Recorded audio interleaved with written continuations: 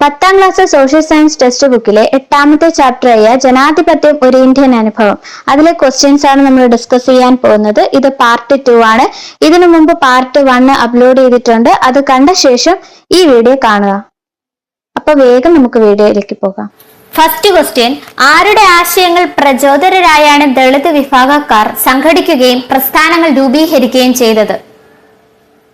BR Ambedkar.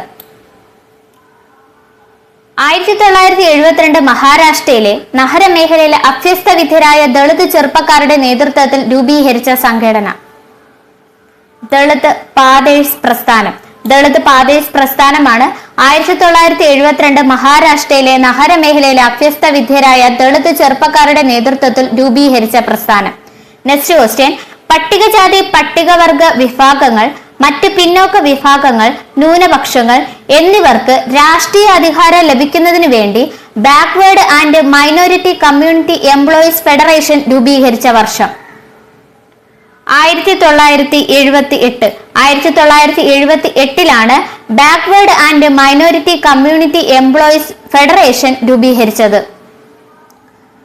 Backward and minority community employees federation എന്ന സംഘടനയിൽ നിന്ന് രൂപീകരിച്ച സമിതികൾ എയും ബിയും ആണ് ആൻസർ. ദളിത് ശേഷിത് സമാജ്, കാൻഷിറാമിന്റെ BSP. നെക്സ്റ്റ് ക്വസ്റ്റ്യൻ, BSPയുടെ പ്രവർത്തനങ്ങൾ ഏതൊക്കെ സംസ്ഥാനങ്ങളിലാണ് സ്വാധീനിച്ചത്? BSPയുടെ പ്രവർത്തനങ്ങൾ ഏതൊക്കെ സംസ്ഥാനത്തിൽ സ്വാധീനിച്ചു? ആൻസർ മുകളിൽ പറഞ്ഞവയല്ല. ഉത്തർപ്രദേശ്, പഞ്ചാബ്, ഹരിയാന എന്നീ സംസ്ഥാനത്തിലാണ് BSPയുടെ പ്രവർത്തനങ്ങൾ സ്വാധീനിച്ചത്. 1990കളിൽ ആന്ധ്രാപ്രദേശിലെ നെല്ലൂർ ജില്ലയിൽ ഉയർന്നു വന്ന സ്ത്രീ മുന്നേറ്റ പ്രസ്ഥാനം ചാരായ വിരുദ്ധ പ്രസ്ഥാനം. ചാരായ വിരുദ്ധ പ്രസ്ഥാനമാണ് 1990കളിൽ ആന്ധ്രാപ്രദേശിലെ നെല്ലൂർ ജില്ലയിൽ ഉയർന്നു വന്ന സ്ത്രീ മുന്നേറ്റ പ്രസ്ഥാനം. ഹൈദരാബാദിൽ ചാരായ വിരുദ്ധ സമരം നടന്ന വർഷം 1992. 1992 ഹൈദരാബാദിൽ ചാരായ വിരുദ്ധ സമരം നടന്നത്. ഹൈദരാബാദിൽ ചാരായ വിരുദ്ധ സമരം നടന്നത് 1992. 2012 ഡൽഹി നഗരത്തിൽ വെച്ച് ഒരു പെൺകുട്ടി ലൈംഗിക അതിക്രമത്തിൽ ഇരയായ കൊല്ലപ്പെട്ട സാഹചര്യത്തിൽ ഉണ്ടായ പ്രക്ഷോഭത്തിന്റെ ഭാഗമായിട്ട് രൂപീകരിച്ച പ്രസ്ഥാനം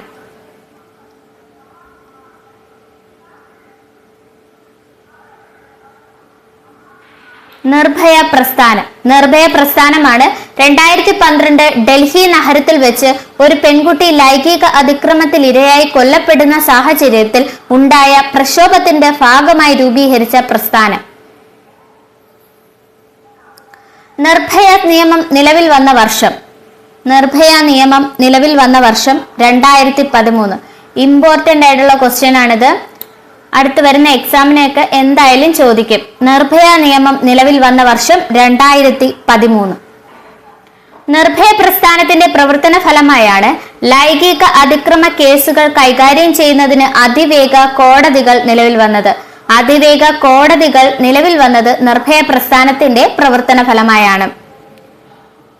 ലോകത്തിലെ രണ്ടാമത്തെ വലിയ മത്സ്യബന്ധന സമൂഹം ഇന്ത്യയാണ് ലോകത്തിലെ രണ്ടാമത്തെ വലിയ മത്സ്യബന്ധന സമൂഹം. 1980കളുടെ മധ്യത്തോടുകൂടി ഇന്ത്യയിൽ സാമ്പത്തിക നയങ്ങൾ വന്ന മാറ്റം മത്സ്യബന്ധന രംഗത്ത് സാരമായി ബാധിച്ചു. ആഴക്കടലിൽ മത്സ്യബന്ധനവുമായി ബന്ധപ്പെട്ട് കേന്ദ്ര സർക്കാരുടെ നയങ്ങൾക്കെതിരെ പ്രക്ഷോഭം സംഘടിപ്പിച്ച സംഘടന ഏതാണ്? മത്സ്യബന്ധനവുമായി ബന്ധപ്പെട്ട് കേന്ദ്ര സർക്കാരുടെ നയങ്ങൾക്കെതിരെ പ്രക്ഷോഭം സംഘടിപ്പിച്ച സംഘടന ഏതാണ്?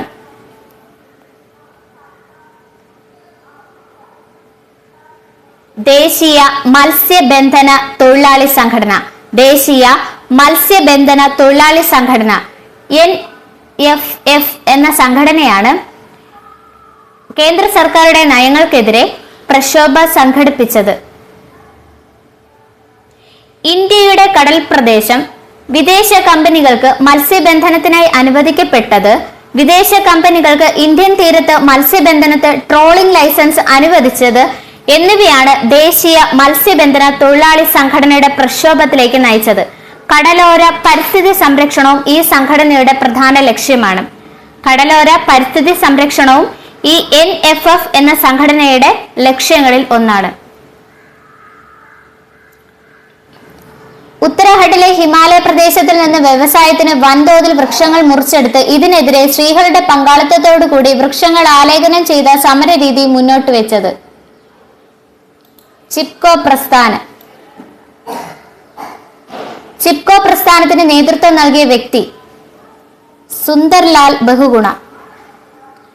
നർമ്മദ നദിയിലെ സർദാർ സരോവർ പദ്ധതിക്കെതിരെ നീതിപൂർവമല്ലാത്ത കുടിയൊഴിപ്പിക്കൽ പുനരധിവാസത്തിന് എതിരെ മേധാ പട്കറുടെ നേതൃത്വത്തിൽ രൂപീകരിച്ച സംഘടന. നർമ്മദ നദിയിലെ സർദാർ സരോവർ പദ്ധതിക്കെതിരെ നീതിപൂർവമല്ലാത്ത കുടിയൊഴിപ്പിക്കൽ പുനരധിവാസത്തിന് എതിരായി മേധാ പട്കറിന്റെ നേതൃത്വത്തിൽ രൂപീകരിച്ച സംഘടന നർമ്മദ ബച്ചാവോ ആന്തോളൻ. സൈലന്റ് വാലിയിലെ ജലവൈദ്യുത പദ്ധതിക്കെതിരെ പ്രസ്ഥാനം രൂപീകരിക്കുകയും ഇവരുടെ പ്രക്ഷോഭ ഫലമായിട്ട് ജലവൈദ്യുത പദ്ധതി ഉപേക്ഷിക്കുകയും സൈലന്റ് വാലി ദേശീയോദ്യാനമായി പ്രഖ്യാപിക്കുകയും ചെയ്തു. താഴെ പറയുന്നവയിൽ തെറ്റായത് തിരഞ്ഞെടുക്കുക. ഇവയിലെല്ലാം ശരിയാണ്. 2002 ജൈവ വൈവിധ്യ നിയമം, 2006 പട്ടിക വർഗക്കാരുടെ മറ്റു പരമ്പരാഗത വനവാസികളുടെ അവകാശങ്ങൾ തിരിച്ചറിയൽ നിയമം, 2013 ഭൂമി ഏറ്റെടുക്കൽ പുനരധിവാസ നിയമം, ന്യായമായ നഷ്ടപരിഹാരത്തിന് സുതാര്യമായുള്ള അവകാശ നിയമം. 16ാമത്തെ ക്വസ്റ്റ്യൻ. 1980 ഉദാരവൽക്കരണ നയത്തിന്റെ ഭാഗമായി കാർഷിക മേഖല നേരിട്ട പ്രതിസന്ധിക്കെതിരെ രൂപീകരിച്ച സംഘടനകൾ താഴെ പറയുന്നവ ഏതെല്ലാം? മുകളിൽ പറഞ്ഞ എല്ലാ സംഘടനകളും 1980കളിലെ ഉദാരവൽക്കരണ നയത്തിന്റെ ഭാഗമായി കാർഷിക മേഖല നേരിട്ട പ്രസ്താവനയ്ക്കെതിരെ രൂപീകരിച്ച സംഘടനകളാണ്.